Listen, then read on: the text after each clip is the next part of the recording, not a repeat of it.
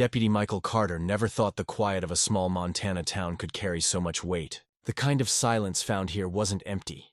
It was thick, pressing against the ears, full of echoes from the snow, the groan of frozen wood, and the whisper of cold wind traveling for miles through pine. On this particular night, the end of December bent the land into ice. The streets of Maple Ridge gleamed white under a thin veil of moonlight, the snowstorm still flicking its claws across rooftops like nature itself patrolling the town. Michael's SUV prowled slowly down Main Street, tires crunching across the drifts. The headlights cut tunnels of pale gold through the frost, sometimes catching the gleam of shattered icicles dangling from signs and power lines. It was nearing midnight. Windows of shops and diners sat shuttered, darkened glass reflecting back the faint orange glow of street lamps. To anyone else, it may have seemed like another uneventful patrol, but Michael knew better than to let quiet fool him. At 35, he carried himself with the stance of a man who had lived too long under adrenaline. 10 years in Kansas City as a beat cop and detective had shaped him into a machine of vigilance, always scanning, always preparing for the break in routine. He had left all that behind months ago, coming north to Montana for peace. His father, a K-9 trainer, had filled his childhood with barking, tug ropes, and the heavy smell of leather leashes drying on hooks by the hearth.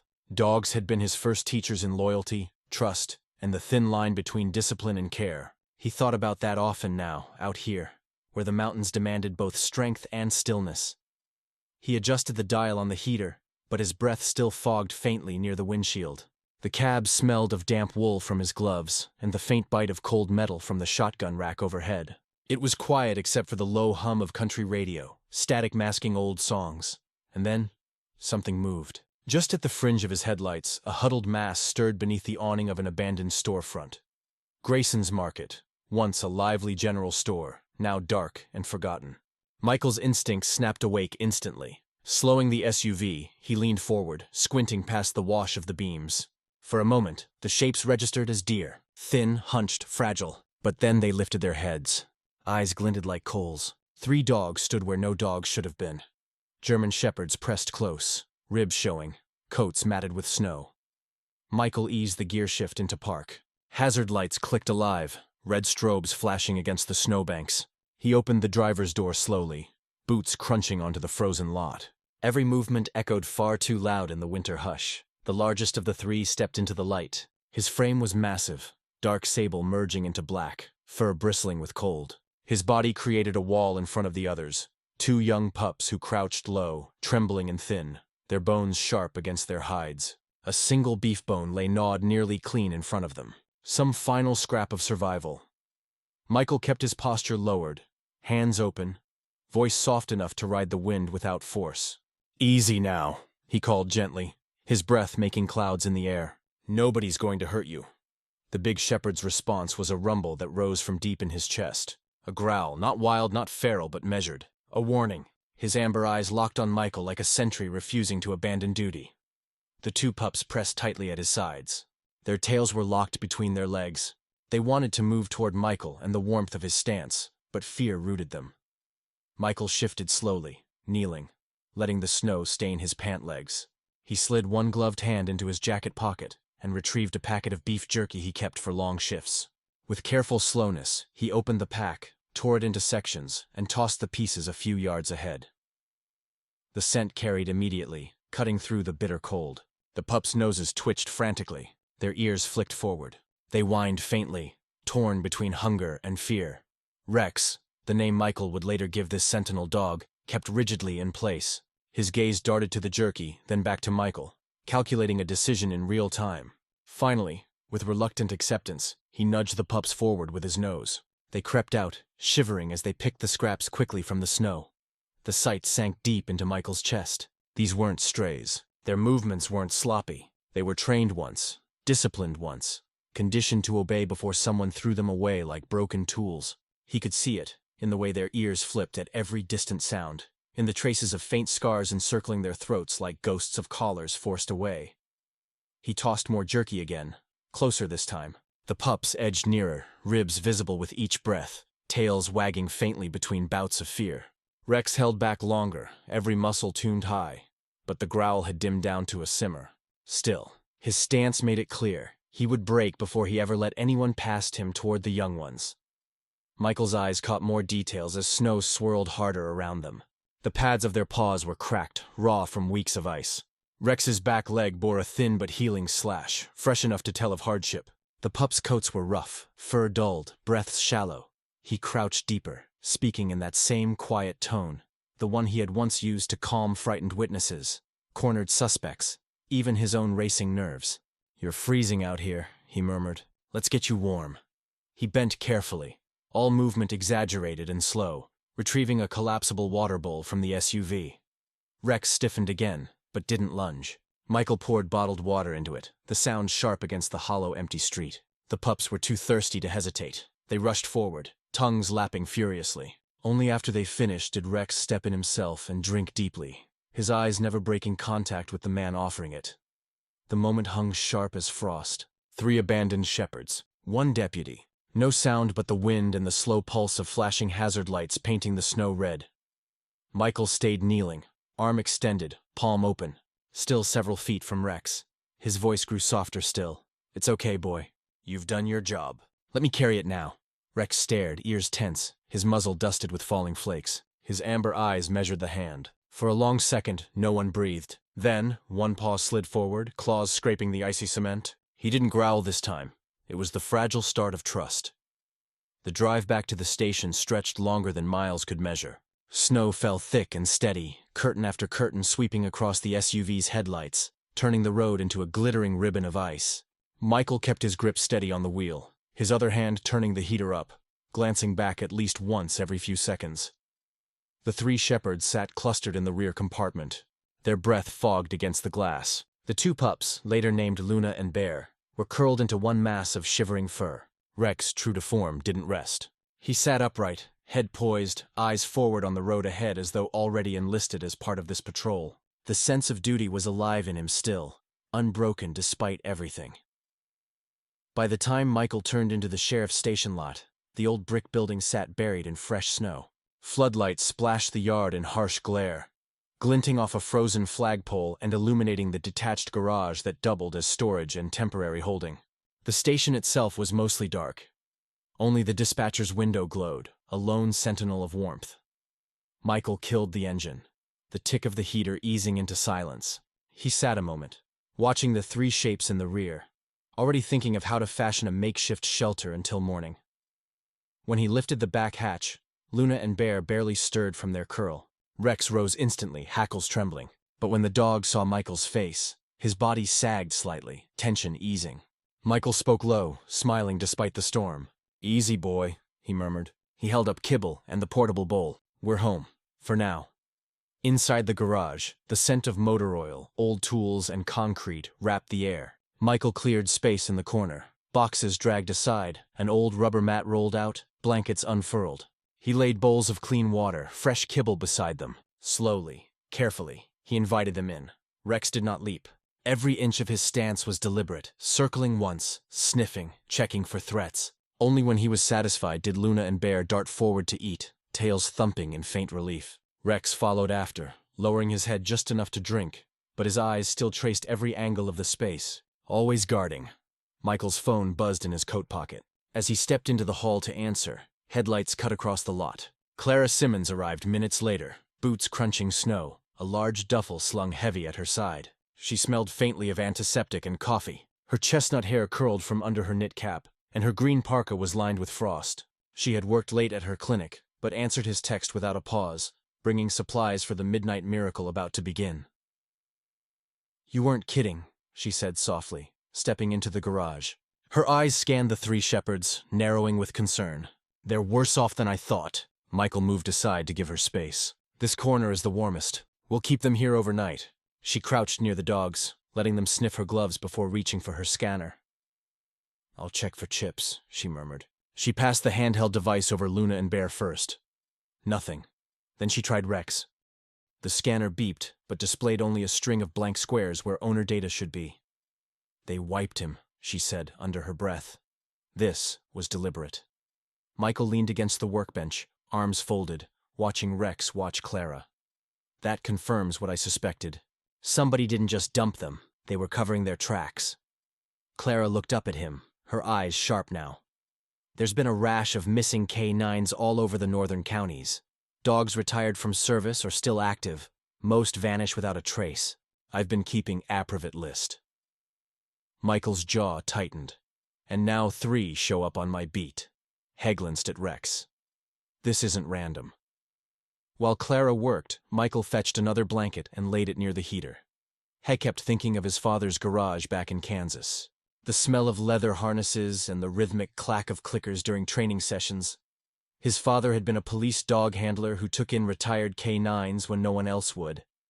As a boy, Michael had fallen asleep against their warm sides, feeling safe in ways he hadn't understood until much later. He squatted near Rex, holding out a handful of kibble from his palm. The big shepherd sniffed, hesitated, then leaned forward and took it gently. For the first time, he licked Michael's fingers afterward, a quick, rough swipe that left a trace of warmth. "That's right," Michael whispered. "We're not the enemy." Clara straightened, rubbing her gloved hands together. "They've got frostbite starting on their pads. Nothing major yet. I'll treat it tonight, but they need stability." They've been running a long time. Rex had taken up a position near the garage door, sitting tall, eyes on the seam of light beneath it. Every time a car passed on the street outside, his ears twitched. A silent sentinel. Luna and Bear were now curled on the blankets, full bellies making their eyes droop. Michael found himself pacing. If someone's snatching trained dogs, they're using them for something. Drugs, security, worse. You don't erase chips unless you're laundering property. Clara nodded grimly. "I've heard whispers about a private compound over the state line. People pay for trained shepherds. No questions asked, some of them ex-military, some stolen." Michael's mind flicked back to the scars on Rex's neck. The way the pup's paws had bled in the snow. He felt a slow anger build under his ribs. He returned to the dogs, crouching again. Rex's amber eyes locked in his. "Not on my watch," Michael murmured. A gust of wind rattled the garage door. Rex stood and moved closer to Michael, his body brushing the deputy's knee. Luna and Bear whimpered softly in their sleep. For a moment, Michael felt like he was back in his father's garage. The warmth of working dogs around him. The low hum of trust being built one gesture at a time. Clara zipped up her kit and leaned against the workbench. "I can come by first thing in the morning to check on them again. I've got a contact at a rescue in Bosezeman, but I'm not sure we want them out of your custody yet." Michael nodded. "Let's hold off. I'll clear it with the sheriff in the morning." Rex turned his head toward Clara, then back to Michael as if reading their conversation. His tail gave a slow, cautious wag. Michael poured himself a cup of stale coffee from the station pot and stared at the steam rising from it. He thought of his father's voice. "Some dogs aren't just animals, son. They're partners. Treat them that way and they'll move mountains for you." He walked back to Rex and crouched once more, lowering his voice. "You've got my word," he said quietly. "You and the pups are safe tonight." Rex shifted his weight, then leaned forward and pressed his muzzle briefly against Michael's gloved hand before returning to his post at the door. It wasn't full trust, but it was a beginning. Clara watched the exchange with a faint smile. "He knows," she said. "He can tell." Michael stood, stretching his stiff knees. "Then tomorrow we start finding out who's behind this." Outside, the wind rose again, snow scouring the windows. Inside the garage, the heaters hummed. The pups slept, and the Rex kept watch, a living sentinel between danger and a chance at safety. Michael leaned against the wall, the weight of the day finally settling into his bones. But for the first time in months, he felt the flicker of purpose. He didn't know where this trail would lead, but tonight 3 abandoned dogs had found a temporary refuge, and maybe, just maybe, so had he. Morning sunlight filtered weakly through the frosted windows of the sheriff's office, casting pale squares across the stacks of case files on Michael Carter's desk. The town of Maple Ridge was still under a crust of snow from the night before, the streets muffled and glinting with ice. Inside the station, a thin thread of coffee smell hung in the air, mixed with the faint scent of wet dog drifting from the garage. Michael's uniform jacket hung on the back of his chair, his badge catching the light as he bent over a thick binder labeled Animal Control Missing Kind. Deputy Michael Carter, Tree to 35, rubbed his eyes and leaned closer to the page. his finger tracing across lists of stolen or missing dogs reported in the last 2 years across several counties. Clara Simmons' late-night words echoed in his mind. There's been a rash of missing canines. He opened the file she had compiled from shelter reports and veterinary notices. He compared ear tattoo numbers and microchip serrals with what he had glimpsed on Rex's ear the night before. A barely visible series of digits. Out in the garage, the sound of claws on concrete punctuated the stillness. Michael stood and walked through the hallway into the garage. The heaters hummed warmly, turning the space into a small oasis from the bitter air outside.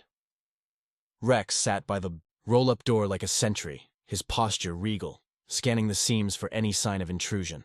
Luna and Bear, the 2 pups, were trotting back and forth in the cleared corner of the garage, tails wagging faintly as they tried to follow Michael's hand signals. He crouched down, calling softly, "Sit." Luna dropped onto her hunches almost immediately. Bear tilted his head, then mirrored her. Michael smiled despite himself. He remembered how his father used to start with the simplest commands. Sit, stay, heel, and build trust from there. Now, in this cold garage in Montana, history repeated itself. Rex turned his head and watched the training, ears flicking. When Michael snapped his fingers and pointed, Rex rose, moved toward a small locker, and sat in front of it, almost as if expecting an order. Michael's brows drew together. The dog had the bearing of an officer off duty, waiting for assignment. He walked over slowly and lifted Rex's ear, angling the light to catch the faded ink. There it was again, the faint outline of letters and numbers, mostly erased, but still legible enough to match with the county records. Michael jotted the code on his notepad, then returned to the desk to run it through the system. After a tense few moments, the search result came back. Montgomery County K-9 Unit, retired. He read aloud. Rex, age 5, handler, deceased in the line of duty, 2 years ago. Status: transferred to private security company. Last known owner, listed as withheld. Michael stared at the screen. The transfer made no sense. How did a dog go from official K-9 to disappearing and ending up starving outside a boarded-up market hundreds of miles away? At that moment, Clara Simmons arrived, brushing snow from her parka sleeves.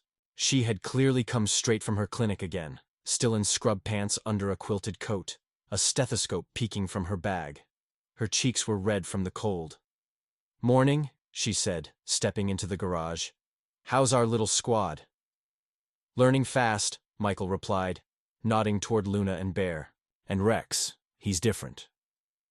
Clara crouched near the pups, checking their paws. "You look like you haven't slept," she remarked. "Ran the numbers on Rex's tattoo," Michael said. "He was a K-9 from Montgomery County, retired under strange circumstances, transferred to a private security firm. Nothing after that," Clara's brow furrowed. "That matches what I've been hearing. There's an outfit across the state line, calls itself Northwest Protection Group. They pay big money for trained shepherds, no questions asked. Some of those dogs end up guarding warehouses. Others, well," she lowered her voice, "I've heard rumors about contraband. Dogs trained to sniff out one thing can be retrained to ignore it." Michael's stomach nodded. "Drug runs or weapons?" "Could be anything," Clara said. "I think someone tried to erase Rex's past to repurpose him. But he escaped." Michael rubbed his jaw, looking at Rex, who was now pacing slowly near the door, sniffing at the seams as if restless. "He's been trying to tell us something," he whistled softly. Rex's ears snapped up. Michael opened the garage door a crack, the winter air rushing in.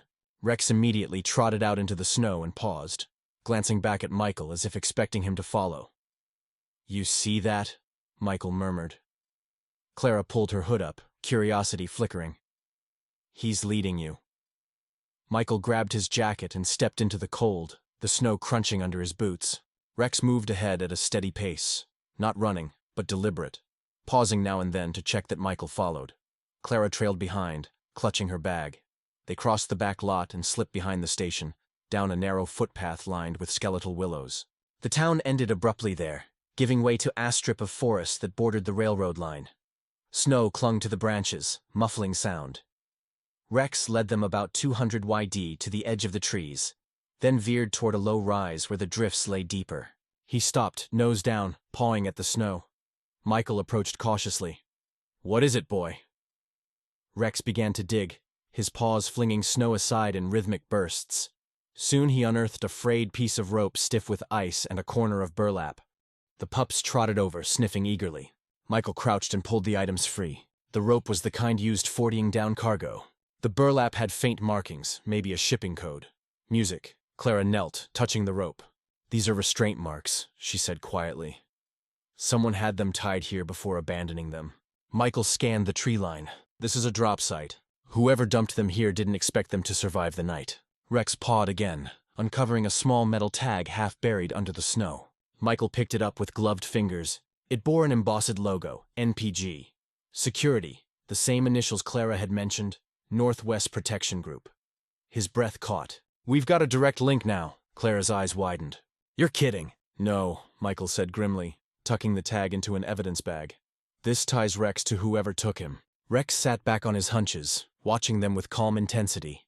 Snow on his muzzle. Luna and Bear circled the area, their tails high, energy flickering through them as if sensing the shift in their new handler's mood.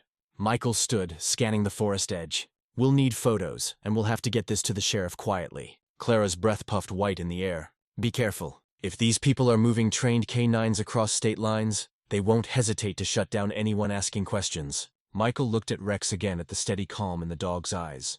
"Then we don't ask. We find proof."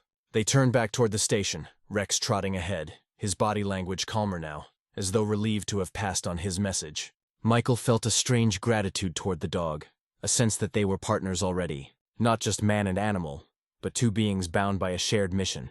Back at the garage, Michael towel-dried Rex's paws, rewarding him with a few strips of chicken from the station fridge. Rex leaned forward and licked Michael's hand again, a deliberate act of trust. Luna and Bear, after their snowy adventure, collapsed onto the blankets, tongues lolling, tails flicking before they drifted to sleep. Michael sat at his desk again, lining up the evidence, the frayed rope, the burlap, the metal tag. Outside, Maple Ridge slept under a heavy winter sky. Inside, the outlines of something larger had begun to form. Threads of a network, a dog's memory of captivity, and a deputy's resolve to find answers. He glanced at Rex one last time before turning off the lights. The big shepherd had resumed his post by the garage door, eyes half-lidded, but ears alert, a living reminder that even in a quiet town, the shadows ran deep. Snow was falling again by evening, heavier now, blanketing Maple Ridge in a hush that made every sound feel magnified. Deputy Michael Carter guided his Navy Patrol SUV down a rarely used service road on the northern edge of town, headlights cutting through swirling flakes. Beside him sat Clara Simmons wrapped in a Navy winter parka over her clinic scrubs, camera phone in her gloved hands. In the back compartment of the SUV, Rex, Luna, and Bear waited, the three shepherds silent but alert, their breath fogging the windows. Michael had spent the day training the pups in hand signals, quick, simple gestures for sight, stay, down, quiet, his father's old methods coming back as naturally as breathing. Even Luna and Bear, so young and shaken, responded with surprising speed. Rex had observed each session from the edge, intervening occasionally with a nudge or a low bark, like an assistant trainer. Now, as they bounced over the frozen ruts, Michael glanced in the mirror and saw the big dog's ears flick at every crunch of ice under the tires. They were following the tag found at the forest drop site. Clara had tracked the embossed code to an industrial storage lot near the railway line. The county had no record of leases under that name, but an anonymous payment covered the bills. It smelled like a front. They parked 2 blocks away under the shadow of an abandoned lumber yard.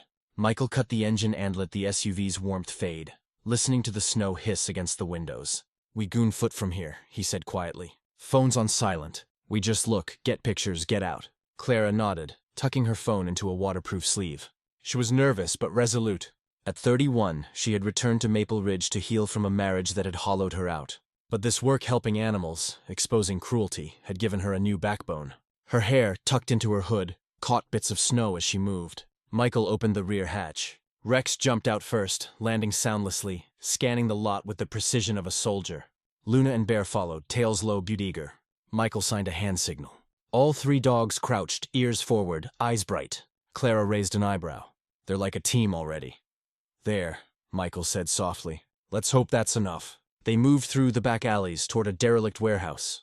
Its corrugated metal walls strewn with rust and ice. Faded lettering hinted at a feed supply company that had shut down years earlier. but fresh tire tracks in the snow led to a side loading dock, and the faint glow of a bulb showed through a cracked window near the roofline. Michael crouched behind a stack of pallets, pulling out his flashlight but keeping it off. Clara knelt beside him, raising her phone slowly to capture still images. The snow muffled everything, but they could hear it. A faint chorus of whines and barks from inside. Clara's face went pale. "They're keeping dogs in there," she whispered. Michael peered through a gap in the boards. Rows of metal cages lined the interior, stacked too high. Inside, silhouettes of shepherds, labs, even a few Malinois paced or lay curled. Sacks of industrial kibble were piled along one wall. On a metal desk sat stacks of paperwork. Shipping manifests, veterinary forms with forged stamps. He felt a flare of anger but forced it down. "We need evidence," he murmured. Clara's phone clicked quietly, the dim glow capturing everything it could. She zoomed in on the fake papers, the cages, the dog's eyes glowing under a single bare bulb. Then a door slammed inside the warehouse.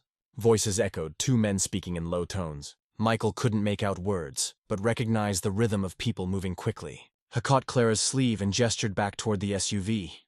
They had what they came for, but as they turned to leave, a flashlight beam sliced through the crack in the siding. A voice barked something sharp. Michael froze. Another beam swept across the yard. Someone had seen movement. He whispered, "Go!" and signaled the dogs. Rex's head snapped up.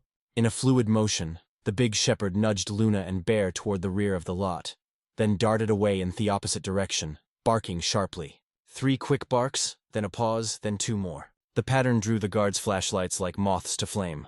Michael and Clara ducked behind the pallets and sprinted for the back alley. Snow flew from their boots. Behind them, Rex's bark rose again, echoing through the metal yard.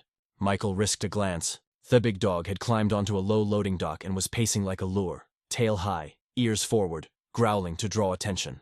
Luna and Bear, small but fast, slipped into the alley ahead, following Michael's hand signal perfectly.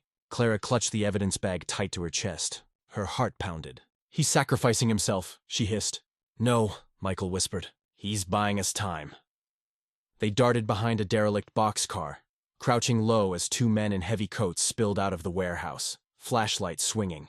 One was tall, mid-40s, wearing a camouflage parka with fur-lined hood. His face was weathered, eyes small and calculating. The other was younger, maybe late 20s, wearing a black bomber jacket, his breath puffing white in the cold. Both carried long stun batons, the kind used in kennels. Michael held Clara back, watching as the men followed Rex's barks toward the far fence line. The dog darted between stacks of crates, his paws throwing up arcs of snow. Every few feet, he stopped to bark again, luring them farther away. When the coast was clear, Michael signaled again. Luna and Bear pressed against his legs, ears flat, but waiting for the next cue. Clara's eyes shone with a mix of fear and admiration. They crept through the alley back toward the SUV. Every step felt like an eternity, the snow muffling their footfalls but also covering ice patches that could betray them. Behind them, the barks grew fainter, then stopped. At the SUV, Michael opened the rear hatch and ushered the pups inside. Clara slipped into the passenger seat, her hands trembling as she checked the phone camera. "I got the shots," she whispered. "Pap work, cages, everything." Michael scanned the lot once more. No sign of Rex yet. His heart hammered, but he forced himself to stay calm. "He knows where to find us," he said softly. "He's trained for this." He started the engine, but left the headlights off, letting the SUV idle behind the lumberyard's shadow. Minutes crawled by. Then, out of the darkness, a low shape emerged. Rex trotted up, snow clinging to his fur, his breath coming in hard bursts. He leapt into the back, landing between the pups, eyes bright but calm. Michael reached back, resting a hand on the big shepherd's neck. "Good boy," he whispered. Clara exhaled shakily. "He saved us." Michael looked at Rex in the mirror. "He's more than just a rescue," he said quietly. "He's a partner." They drove away in silence, snow swallowing the tracks behind them. The warehouse's dim glow faded into the distance. Somewhere back there, men were searching for ghosts in the snow, unaware they had just been documented. In the SUV's back seat, 3 dogs curled together. Luna and Bear pressing against Rex like chicks under a hen. Michael guided the SUV onto the main road, his mind already turning to next steps. Secure the evidence. Warn the sheriff. Start building a case. But in that moment, as the heater filled the cabin with warmth, he allowed himself a thin smile. Rex had not only remembered his training, but had acted on his own to save their lives. He flicked a glance at Clara. She was staring out the window, jaw set, phone clutched in her hands. She had chosen this, he realized. The risk, the investigation, and now there was no turning back. The snow kept falling, a curtain between them and the dark network they had just glimpsed. But they had survived the first encounter, and they had proof. Morning light broke over Maple Ridge in pale bands, glinting off the icicles hanging from the sheriff's station roof. Deputy Michael Carter sat at his desk, the weight of exhaustion settling into his shoulders as he watched the town slowly come alive outside the frosted window. Word had gotten out. In a place as small as Maple Ridge, secrets traveled faster than snowmelt. People had begun whispering about the 3 strange shepherds he'd brought to the station garage. A feed store clerk had asked pointedly that morning if they were those missing canines from the news. Michael rubbed his temples and glanced at the photo pinned above his desk. His father with his first police dog, both younger, leaner, and smiling. The image steadied him as his phone vibrated against the wood. "Unknown number," he answered. A male voice, low and flat, said, "Give up the dogs. You don't know what you're mixed up in." The line clicked dead before Michael could reply. He stared at the phone, then deleted the call log. In Thegarage, Rex, Luna, and Bear were restless. The big shepherd paced along the door seam, sniffing at the cold air that slipped beneath it. Luna and Bear moved in synchronized loops, picking upon their leader's tension. Michael entered and snapped a hand signal. All 3 stilled instantly. He crouched toward Rex's neck. "We're not running," he murmured.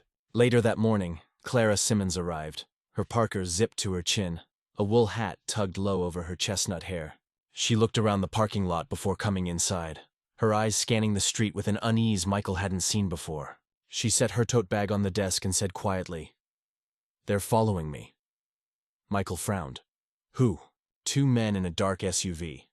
"They were outside my clinic yesterday and again, this morning near the grocery. I circled twice before coming here." She pulled out her phone and showed a blurry photo of black Ford Expedition with tinted windows parked half a block from her apartment. Michael's jaw tightened. "They're watching you because of the photos from the warehouse." Clara's hands trembled slightly as she scrolled. "I also found this." She showed him an image of a tiny camera lens tucked into the grill of her own Subaru. "Rex found it. Actually, he was sniffing around my car this morning and started pawing the bumper. When I checked, there it was, a GPS tracker with a camera." Michael looked at Rex with new respect. "Good boy," he said softly. "You're earning your keep." That afternoon, Sheriff Harold Green summoned Michael to his office. Green was in his early 60s, a thick-set man with a lined face and a slow, deliberate way of speaking.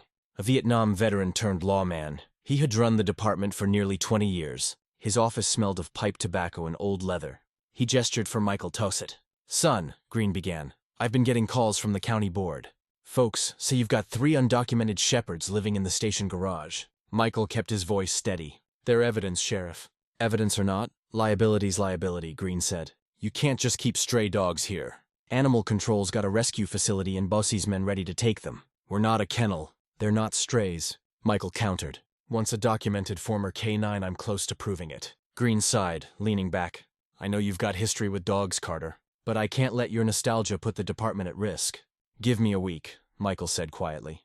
"Let me register them as temporary kines, at least Rex. Then we've got legal cover." Green studied him, weighing loyalty against procedure. Finally he said, 1 week. "But if you can't produce proof by then, they go to Bozeman. Understood?" Michael nodded. "Understood." Back in the garage, Clara was crouched with Luna and Bear, working them through basic sits and downs. She looked up when Michael entered, reading his expression immediately. "Not good. They want them gone," he said flatly. Clara straightened. "Then we do what we talked about. Apply to have Rex registered as Air Reserve K9. It'll buy time. I know the county vet who can certify health, and I'll keep training the pups. They're fast learners." Rex trotted over, tail flicking once as if to underline her words. Michael scratched his ears. "We'll need all the cover we can get," he murmured. That evening, Michael took Rex out on a patrol around the back streets near Clara's clinic. The town's neon signs blinked through falling snow, the sidewalks empty, but for the occasional bundled pedestrian. Rex padded beside him on a short lead, nose low, ears flicking at every scent. Michael had fitted the dog with a reflective canine vest borrowed from storage, making the partnership look official. They stopped outside Clara's Subaru. Rex sniffed the wheel wells, then moved toward the alley. Michael followed, his flashlight beam cutting a narrow path. A black sedan rolled past slowly, windows up, exhaust puffing white. Rex stiffened, a low growl vibrating in his chest. Michael noted the plate number mentally. As they turned back toward the clinic, headlights suddenly swung wide from the cross street. A pickup roared too fast toward the curb where Clara stood, locking her door. Rex lunged first, teeth catching the hem of Clara's parka, yanking her backward just as the truck's mirror clipped the space where she had been. She stumbled into Michael's arms, eyes wide. The truck fishtailed and sped off into the night. Michael's heart pounded. "You okay?" Clara nodded shakily, clutching her bag. "He saved my life," she whispered, staring at Rex. The dog stood in front of them, hackle-shy, eyes locked on the disappearing tail lights. Michael called dispatch, reporting a hidden run near the clinic, but he already knew what this meant. Someone wanted to scare them off, or worse. Back at the station, after settling Claire in his office, he crouched beside Rex and whispered, "You're more than evidence now. Your family." Rex pressed his head against Michael's knee, a silent acknowledgement. The next morning, the tension hadn't eased. Rumors spread through town about the deputy harboring stolen police dogs and mysterious men in black SUVs. A grocery clerk asked Clara if she'd been in trouble with federal agents. Even Michael's colleagues shot him curious looks. He filled out the initial paperwork for Reserve K9 status, listing Rex as temporary assignment with Luna and Bear as training companions. Clara's veterinary contacts promised to expedite health clearances. Every detail counted to buy them time. Rex resumed his nightly patrols with Michael, ranging ahead on a long lead, nose to the ground, checking alleyways and parked cars. Luna and Bear remained in the garage, but responded to hand signals with increasing precision, their eyes lighting up when Michael entered. By the end of the week, Rex had found 2 more suspicious devices, another tracker under Clara's car, and a hidden microphone taped to a dumpster near the clinic. Each discovery made it clearer that the ring they were uncovering wasn't just a small-town racket, but a well-organized network. Despite the pressure, the small circle of trust between man, woman, and 3 dogs grew tighter. Clara's confidence in Michael deepened after the near miss with the truck. Michael's admiration for Rex grew as the dog's instincts saved them again and again. Luna and Bear, still young, began mimicking Rex's calm watchfulness like apprentices under a seasoned teacher. Late one night, as snow drifted against the garage door, Michael sat at his desk drafting a confidential report for Sheriff Green. His phone buzzed again, another unknown number. He let it go to voicemail. When he played it back, the same voice whispered, "Last warning. Give them up, or next time won't be a miss." Michael looked over at Rex standing sentinel by the door. The pups curled asleep nearby. He exhaled slowly, the decision already made. The night was clear but bitterly cold, the kind of Montana winter that made every breath sting in your chest. Deputy Michael Carter parked the dark SUV 2 blocks from the warehouse. Engine off, lights killed, frost creeping across the windshield. The street lamps along the industrial strip were either broken or deliberately cut, leaving the area in shadow. Beside him sat Clara Simmons, bundled in her navy parka and knit hat, a small digital recorder hidden in her gloved hand. In the back, Luna and Bear shifted nervously on a blanket, their young eyes glinting in the dim cabin light. Rex stood poised at the rear hatch, wearing a black harness fitted with a GoPro-style micro camera and a GPS beacon Michael had rigged himself. The big shepherd's ears twitched at every sound outside. He looked less like a rescued stray tonight, and more like what he once had been, a trained K9 officer preparing for duty. Michael reviewed the plan one more time. "Luna, Bear, stay with the car," he murmured. "You 2 are our alarm. Anybody comes near, you bark and keep barking." The pups tilted their heads as if understanding. Clara checked the recorder's battery. "We only need a few minutes of clear audio," she whispered. Her voice carried a tremor of both fear and determination. Since the near miss with the speeding truck, she had doubled down, pulling late nights at her clinic to compile every missing dog report in 3 counties. She had finally found a pattern, a spreadsheet, of stolen K9s, including Rex, with dates, jurisdictions, and transfer notes, all funneling to one company name. Michael clipped a small earpiece to his collar. "Stay behind me. Rex will take point." They slipped out into the night, their boots crunching softly on the snow. The warehouse loomed ahead, its corrugated walls crusted with ice, a single bulb casting a weak circle above the loading dock. Rex moved like a ghost, paws silent on the frozen ground, nose sweeping back and forth. He stopped once, head tilted, then padded toward an narrow gap between shipping containers. Michael followed, signaling Clara to keep low. At the far end of the dock, Rex froze, ears high. He issued a low rumble, barely audible, but enough to halt Michael mid-step. Peering around the corner, Michael saw a tripwire strung between 2 pallets, a crude alarm rig with bells tied to a length of cord. "Good boy," he breathed. He carefully stepped over, helping Clara do the same.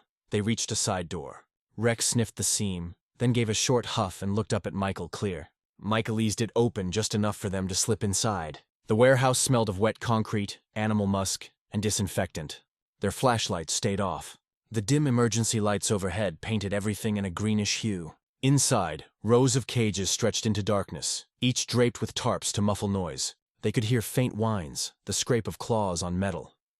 Michael felt a flash of fury, but kept moving. Clara crouched near a stack of shipping crates and pressed the record button on her device. She aimed her phone at the manifest taped to the side, capturing names, dates, and a scheduled transport for Friday 50 dogs, multiple breeds, destination, training facility across the state line. Voices drifted from deeper inside. Two men arguing in hushed tones. Michael and Clara ducked behind a column. Rex went rigid, his nostrils flaring. He turned his head toward the sound and then back to Michael, giving a low growl. Through a gap, Michael saw one of the men, tall, mid-40s, wearing a padded security jacket with NPG embroidered on the chest. He had the lean, hard look of someone used to giving orders. The other was shorter, stockier, maybe late 30s, wearing a camouflage ball cap, clipboard in hand. They were checking a row of kennels, marking each one with colored sticker. Michael and Clara crouched, barely breathing, while the recorder captured every word. Friday shipment, a Seattle client. Retrain them to ignore fentanyl, the taller man said. Clara's eyes widened, her fingers tightening around the recorder. Rex's head snapped toward a hallway on the far side, someone else approaching. He gave 2 low huffs, their prearranged signal for multiple threats. Michael gestured for Clara to retreat. They retraced their steps toward the side door, careful to avoid the tripwire. Halfway back, Clara stumbled, her boots scraping against a crate. The noise echoed. A shout came from the dark. "Who's there?" Flashlight beams swung their way. Michael hissed, "Go!" And Rex instantly shifted gears. He darted ahead, barking sharply 3 times, then veered off into the shadow aisles. The men's lights pivoted after him, one shouting, "Get that dog!" The chaos of barking dogs in the cages rose like a storm. Michael pushed Clara through the door out into the freezing night.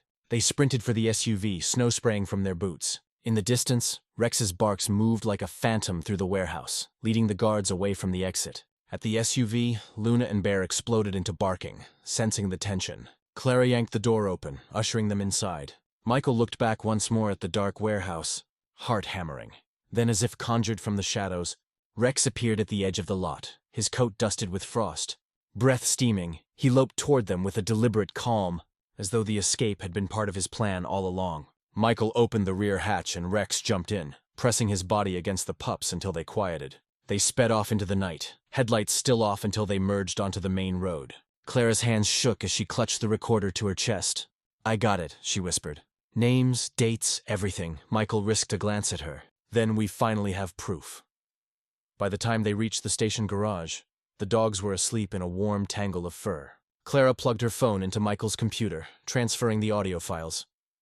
"I've never been so scared," she admitted quietly. "But we did it." Michael nodded. "Tomorrow I send this to the FBI. This is bigger than the county now." She turned to look at Rex, who lay awake, eyes half-lidded, but ears alert. "He knew exactly what to do," she said softly. "He's not just remembering his training, he's planning." Michael crouched beside the big shepherd, resting a hand on his neck. "You've done more for this town in a week than some men do in a lifetime," he murmured. Rex blinked slowly, as if accepting the praise. Clara pulled a folder from her bag, the compiled list of missing canines. She flipped to a page showing Ria's original record from Montgomery County and placed it beside the FBI contact sheet. "You're sending both," she said. "The whole picture." Michael exhaled. This is the beginning of the end for them. He powered up his encrypted email and began composing the message to a federal contact he trusted, attaching Clara's evidence. Outside, the snow fell thicker, muffling the night.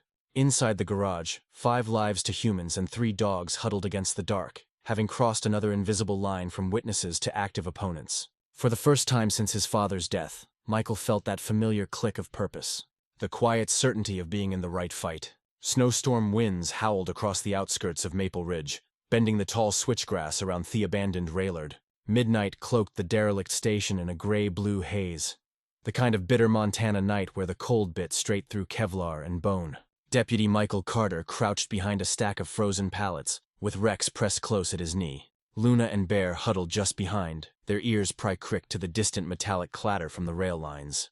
Beside him, Clara Simmons tightened the strap of her dark park hood and adjusted the tiny radio earpiece she'd been issued only hours earlier. For the first time since this began, they weren't alone.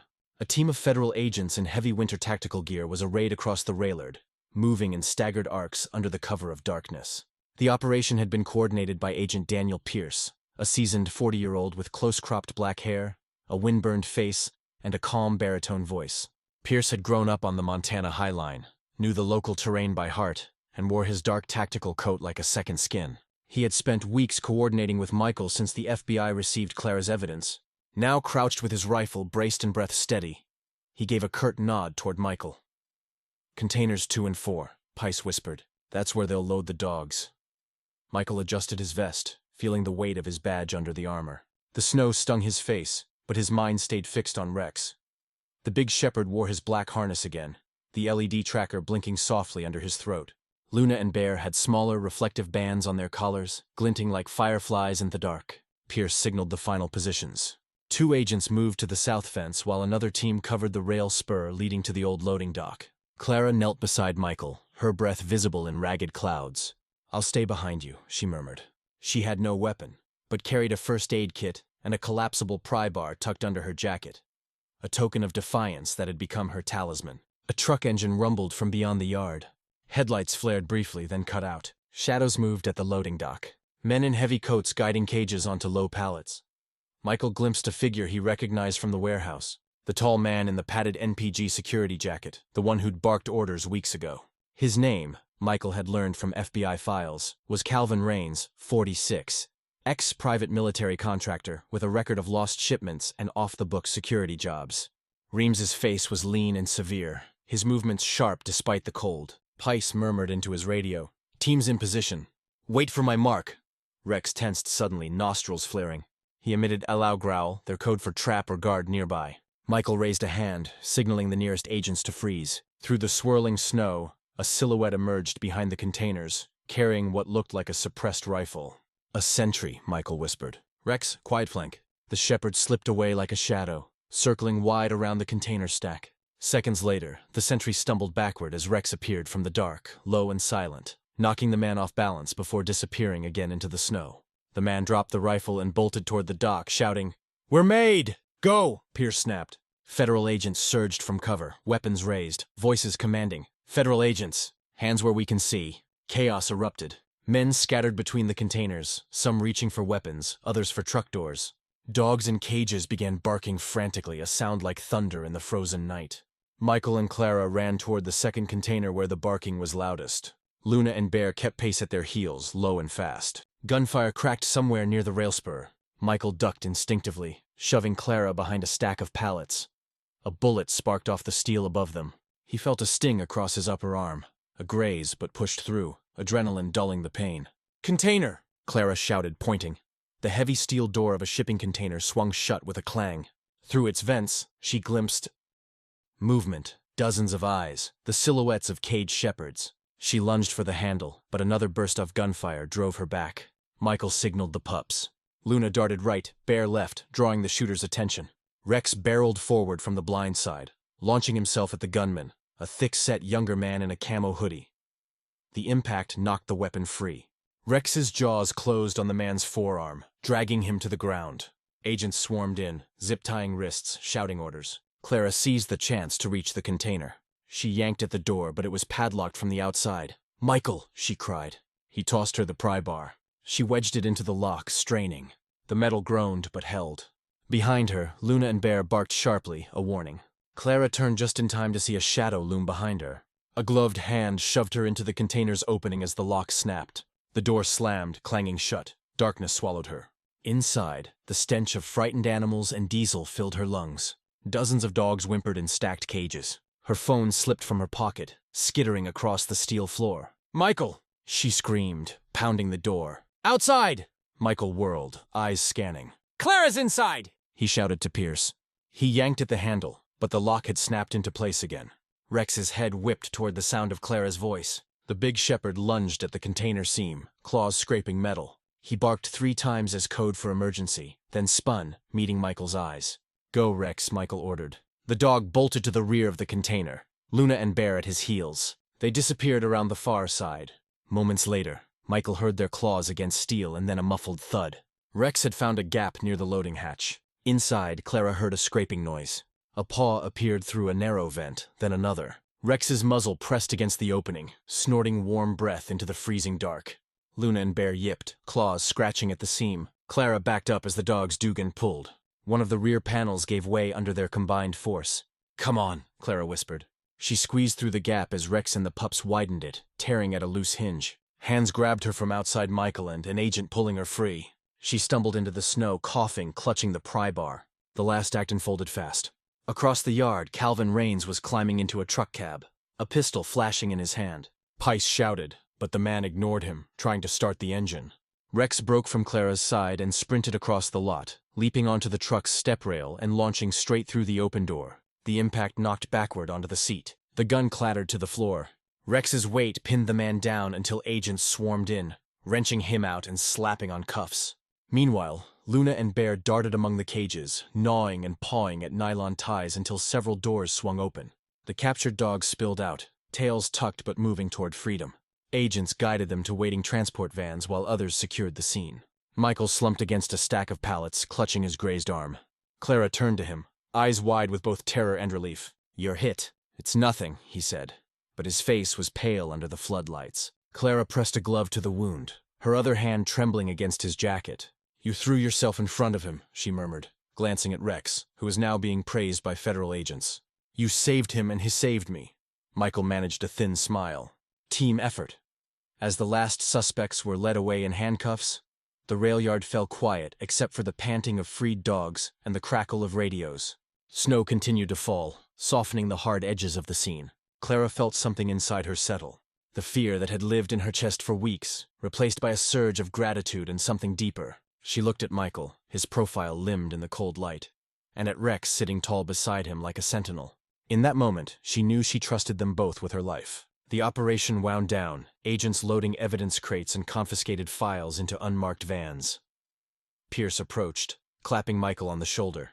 "Hell of a job," he said. "You and that dog just saved us a year of work." Michael nodded toward Rex. "Credit goes to him." Pierce grinned faintly. "We'll make sure Washington knows the name." Clara glanced at the freed dogs now being bundled into warm carriers. She pressed a hand to her chest, overwhelmed. "It's over," she whispered, though she knew the investigation had more steps to come. But tonight at least, they had taken down the heart of the ring. She reached for Michael's uninjured hand.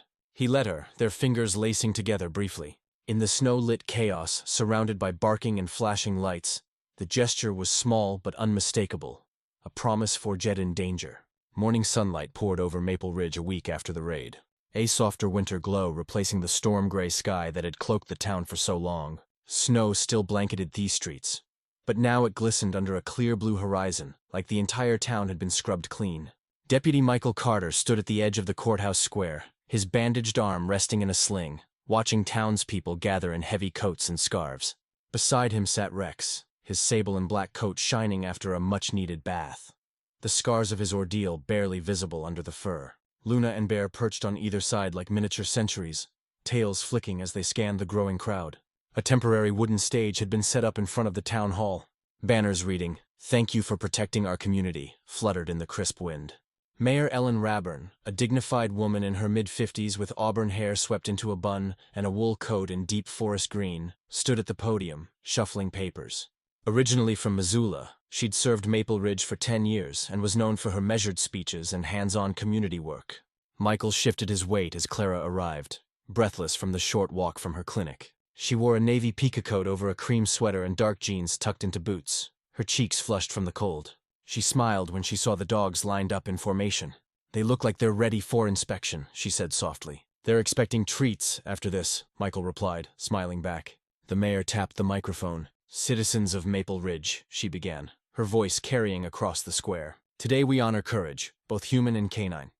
She recounted the events at the Railard, naming Michael Carter, Clara Simmons, and the 3 shepherds as the key figures in bringing down the trafficking ring. Applause echoed through the square as the freed dogs, now being fostered by volunteers, barked from their transport vans. Then Mayor Arburn called Michael, Clara, and Rex forward. A county official handed over a framed certificate confirming Rex's reinstatement as an official K-9 with full honors alongside a special provision allowing him to remain with Michael permanently. The crowd cheered. Michael knelt to clip a new badge to Rex's harness, his eyes misting despite himself. Clara stepped forward to accept a plaque recognizing her veterinary work and courage under fire. We couldn't have done this without her, the mayor said. Clara blushed, glancing at Michael. After the ceremony, townspeople gathered around to pet the dogs and offer congratulations. Sheriff Harold Green came over, hat in hand, a rare smile breaking his weathered face. "I owe you an apology, son," he said. "And a thank you. You proved me wrong." Michael shook his hand. "You gave me the week I needed. That's all it took." Standing a few feet away was Agent Daniel Pierce, now dressed in a civilian parka instead of tactical gear. He had returned for the ceremony, his lined face softer in daylight. "If you're ever tired of small-town law enforcement," he said to Michael, "the Bureau could use a handler like you and a dog like him." Michael smiled faintly. "We're building something right here," and they were. 2 months later, a renovated brick building on the edge of town displayed a new sign, Maple Ridge K9 Rescue Center.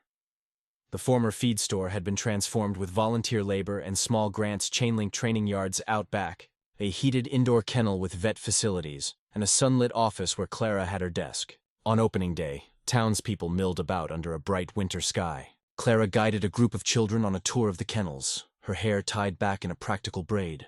Michael stood near the new oak tree planted in front, greeting neighbors and explaining their mission. Rex wore a special harness reading lead trainer. He moved among the kennels, checking each new arrival. Stray shepherds, abandoned working dogs, even a few retrievers nudging them gently, testing their responses. The big dog had become Therskue's living emblem, a blend of authority and reassurance. Luna and Bear followed him like shadows, mimicking his stances and short barks. They had graduated from scared pups to trainee canines already working with the volunteer fire department to practice search and rescue drills. During a pause in the tours, Clara found Michael in the training yard. "They're calling Rex Amorical Dog," she said, watching as he led a younger shepherd through a simple agility course. "And Luna and Bear are turning into little legends, too." Michael leaned on the fence. "They're doing the work. We're just giving them the space to do it." Clara hesitated, then added, "We've both been running for a long time in our own ways. This place feels like roots." Michael glanced at the oak sapling, its thin branches trembling in the breeze. "That's why we planted it," he said, "a marker of where we start over." Later that afternoon, Mayor Robburn returned for a brief ribbon-cutting ceremony. She spoke warmly about the town's generosity and how the rescue center symbolized a community choosing compassion over indifference. She then invited Michael and Clara to place a small time capsule under the oak tree, a sealed box containing a badge, a photo of Rex at the railard, and a list of the first 10 dogs admitted to the center. As the crowd dispersed, Michael and Clara lingered under the tree. Luna and Bear played tug-of-war with a rope toy nearby, while Rex sat close, watching them with a quiet pride. The golden late day sunlit the snow into a dazzling field of light. Clara tucked a strand of hair behind her ear. "You know," she said, "I never thought I'd end up here. A clinic, a rescue center," and she stopped herself, blushing. And Michael prompted gently. "And a partner who throws himself in front of bullets," she said with a small laugh. He smiled. "I had help." They stood in companionable silence. The sapling creaked softly in the wind, a sound like the whisper of a future still unwritten, but full of promise. Clara reached for Michael's hand. He took it, their fingers locking naturally. Rex looked up at them, tail thumping once against the snow. The big shepherd's gaze moved from the humans to the oak tree, then back to the kennels. For the first time in years, his stance was entirely at ease, like a soldier finally home. At sunset, the town gathered for own last tribute, a candlelight vigil for all the dogs rescued and those still missing. Clara spoke briefly about the Scent's mission and invited anyone interested to volunteer. Michael thanked the community and promised transparency and training opportunities for local youths interested in animal welfare. Then, in a quiet moment, Michael, Clara, and Rex together lowered a wooden plaque at the base of the oak. It read, "For new beginnings and loyal hearts." The crowd murmured approval, some wiping away tears. The night settled over Maple Ridge with a gentle hush. Inside their rescue center, the dogs curled into their beds, safe and warm. Outside Iosa, the oak tree stood as a sentinel against the winter sky, its roots gripping the earth of a new chapter. Michael and Clara stood shoulder to shoulder, feeling the heat from the building behind them and the steady beat of Rex's tail against their boots. This was no longer a fight. It was a foundation. And for the first time since everything began, Michael felt that rarest of feelings, peace. Sometimes miracles do not appear as lightning from the sky, but as quiet acts of courage, loyalty, and compassion. In this story, Michael, Clara, Rex, Luna, and Bear showed us that even in the coldest winter, God can plant seeds of hope. A stranger's kindness can rescue lives. A loyal dog can become an angel in fur. And an ordinary town can become the hands of God. lifting up the lost and the broken.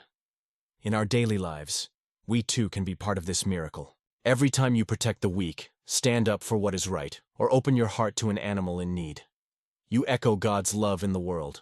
Even the smallest gesture, a smile, a meal, a warm shelter, can be a prayer in action. If this story touched you, share it with someone who needs hope today. Comment amen below to bless others who read this. Subscribe to the channel to join our community of people who believe in miracles. And may God bless and protect every viewer who watches this story.